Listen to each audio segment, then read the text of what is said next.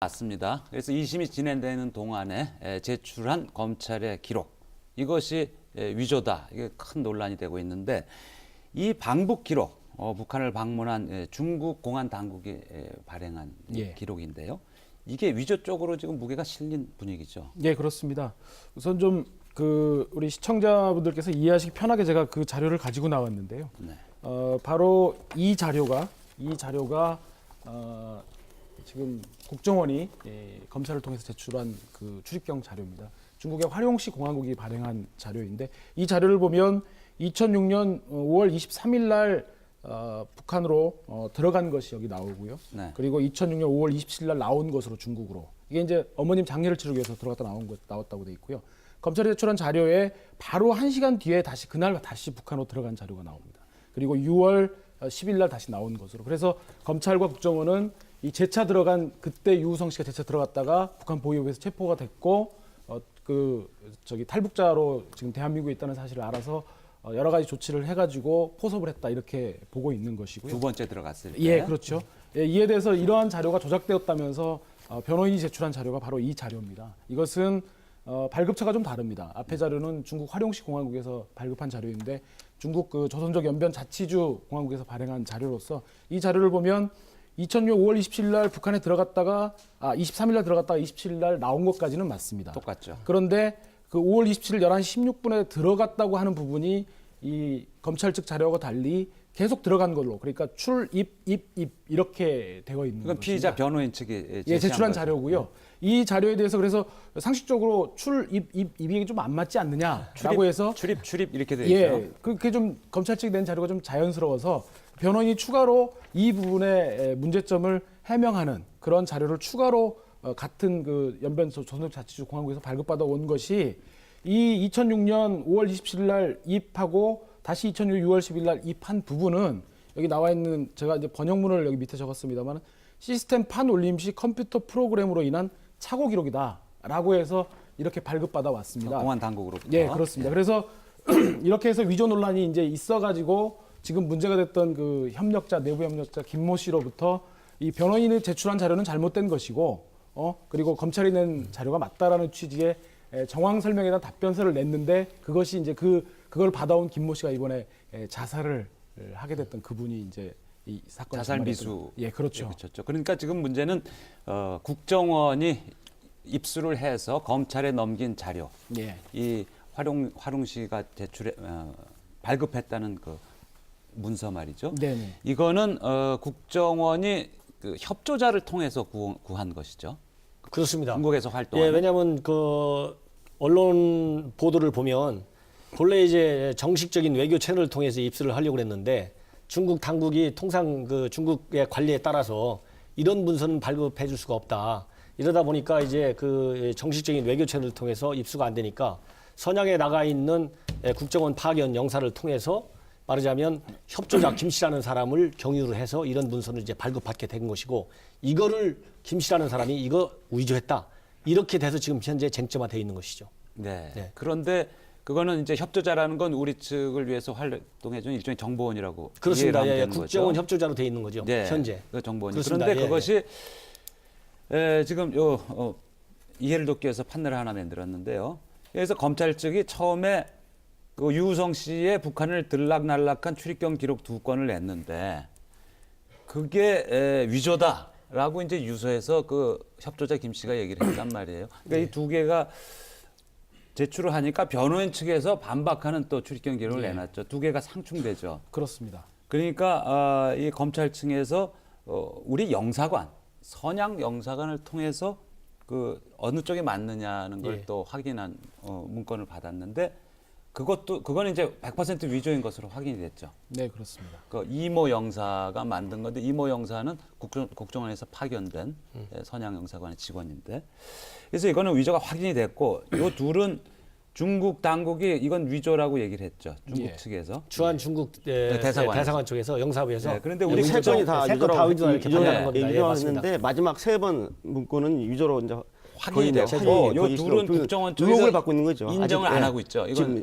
위조라는 걸 인정을. 예, 그렇죠. 국정원에서는 이게 위조가 아니다. 의혹을 받고 있는 것이지 위조는 아닙니다. 예, 이건 이제 현재까지. 위조라는 예. 그 대사관의 얘기가 있고 요건 확인이 됩니다. 근데 이제 의혹을 받고 있다라고 해서 지금 국정원이 최근에 이제 낸 사과문에 대해서 뭐 송구하다라는 표현을 썼지만 끝까지 위조 사실을 부인하고 있고 이제 그것들을 가지고 계속 의혹이라고 이렇게 표현을 하는데 중국 정부가 공식적으로 확인한 내용들 아니겠습니까? 물론 중국 정부가 얘기한 것이기 때문에 그것이 확정적으로 전국적으로 위조가 되었다고 볼 수는 없는 것이고 또 우리가 거기에 대한 검증 절차를 거치는 것은 당연한 것이지만 중국 정부와 외교 관계에서 대한민국이 외교 관계를 맺고 있고 동북아에서 정말 강대국 중에 하나인 중국 정부가 그렇게 얘기한 것들을 가지고 계속 의혹이다 이렇게 하면서 그렇다고 그것이 위조가 아니라는 것들을 또 적극적으로 밝히지도 않으면서 이런 부분들이 이런 데서 국정원이 자기 책임을 모면하기 위해서 계속 본질을 회피하는 것이다. 이런 부분들을 바로 봐야 한다고 생각합니다. 그 부분에 어떻게 대해서는 좀 보십니까? 확실히 해야 될 필요가 있습니다.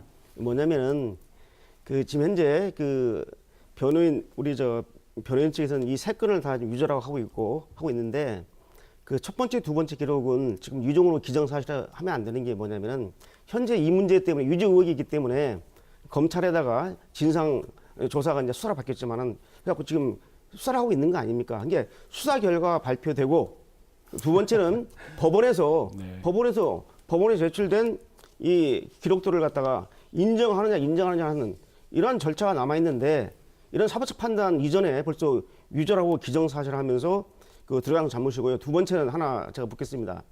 지금 대한민국 정부가 공식 채널을 통해서 중국 정부한테 이거 관련된 자료를 요구했을 때 중국 정부가 응하지 않았습니다. 그렇죠. 그런데 민변 차원에서 중국 정부에 노비를 했는지 어쩐지 잘 모르겠지만은 했을 때 주한 중국 대사관부터 받았단 말이에요. 그러면 이 대한민국 정부가 요청했을 때 거절한 것하고 민변에서 요청해서 받아온 것하고 이 관계를 잘 보셔야 됩니다. 두 번째는 뭐냐면 이 중국 정부 입장에서는 유성 씨가 중국 국민입니다. 중국 국민이 제3국에서 간첩 혐의를 받고 있는데 간첩 혐의를 받고 있는 사람을 위해서 중국 정부가 이러한 관련 자료를 갖다가 순순히 서서히 내릴 수가 없는 거죠. 대한민국 정부도 마찬가지입니다. 대한민국 정부의 국민이 외국에서 네. 간첩 혐의를 받고 있을 때 저희도 마찬가지거든요. 또 중국의 그 사회주의 국가의 특성을 좀 고려를 해야 됩니다. 이걸 고려하지 않은 채, 그 제가 하나 묻겠습니다. 그래도 중국 대사관이 내놓은 자료인 건 사실이죠. 예. 국가의 그 권위가 근데 실린 그 거라고 자료도 봐야죠. 일부 지금 그 그렇게 되면 이제 중국 국가가 주장하는 것에 대한 정면으로 이제 그걸 부인하는 그래서 문제까지 제가 보기에는 이제 비약이 될 수도 있는 거죠. 예, 중국도 이거는 그냥 단순한 간첩 사건, 의혹 사건이 아니지 않습니까? 네. 정말 만약 이게 위조가 사실을 밝혀지면 정말 국가의 기본 근본을 흔드는 엄청난 사건이기 때문에 통상적으로 자국민에 대해서는 어느 나라든지 그건 뭐 그건 기본이죠. 누가 자기 나라 국민을 갖다가 내가 이거 간첩을 행위한 거 맞다라고 증명서 떼어줄 나라가 외교적으로 아무리 가깝다고 해도 그런 나라가 어디가 있겠습니까? 그건 기본 상식이죠. 이제 그걸 논하는 게 아니고 제가 말씀드리는 것은 지금 우리 유 연구관님도 말씀하셨지만은 과연 처음에 우리 대한민국 정부가 공식적인 외교 채널로 요청한 거를 안 해줬는데 주한 중국 대사관의 영사부에서 해줬거든요. 그랬더니 어떤 경위로 본국 정부와 물론 외교적인 기밀이기 때문에 밝히기는 어려울 것입니다. 중국 정부가. 그렇지만은 그 외교 경로도 최대한 우리 한국 정부 협조해 줄 필요가 있다. 왜냐하면은 중국 정부도 한반도에서 안정을 원하고 있고 전쟁 나는 거 용납하지 않겠다고 그랬거든요.